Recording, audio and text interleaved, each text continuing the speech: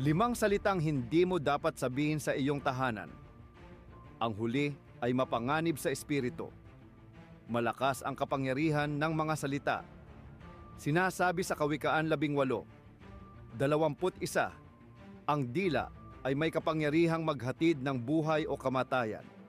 Ngunit may ilang salita na hindi mo sinasadyang nagbubukas ng mga pintuan sa espiritual na panganib.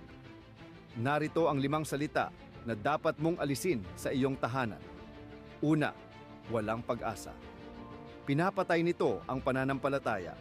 Sa Jeremias 20:11, sinasabi ng Diyos na may plano siya para sa atin. Isang hinaharap at pag-asa. Kapag sinabi mong wala ng pag-asa, hinaharangan mo ang gustong gawin ng Diyos.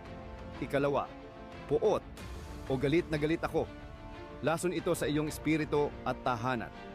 Sinasabi sa unang Juan, 4:20 na kung namumuhi tayo sa kapwa, hindi natin tunay na mahal ang Diyos.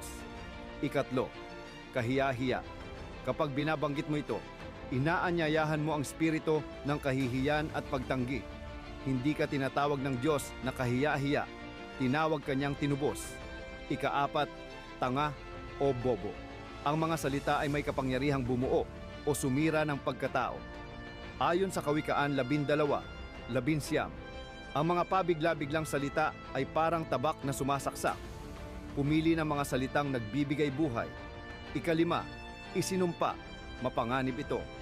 Kapag sinasabi mong isinumpa ang lugar na ito, binibigyan mo ng legal na karapatan ang kadiliman na pumasok.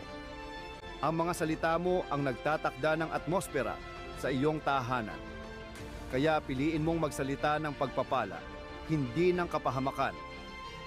Kung nais mong maging tahanan ng kapayapaan at hindi ng sakit ang iyong bahay, alisin ang mga salitang ito at salitain ang katotohanan ng Diyos.